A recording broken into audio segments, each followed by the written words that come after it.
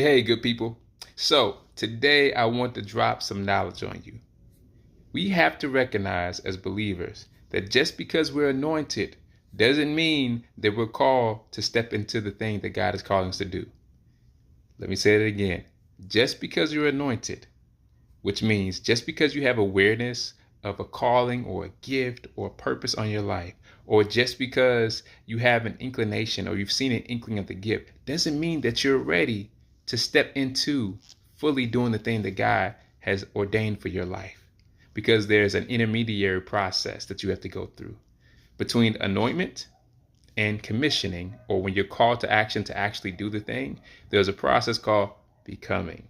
And in that process, you take on the identity of the person you need to have in order to assure that you can fulfill everything God is calling you to do.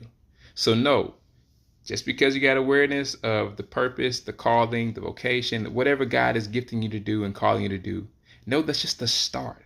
And that process of having that awareness, that process of seeing the beginnings and the inklings of your gifts is just going to catalyze the most important process of all, which is the disruption, the becoming, where you're going to get changed and God's going to press out of you through adversity, through difficulty, through learning and development and preparation, the version of you that needs to be in motion to fulfill what he's calling you to do.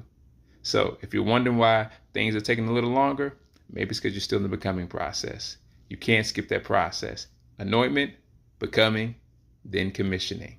Then you step into action. All right, y'all. Be blessed. Go be great.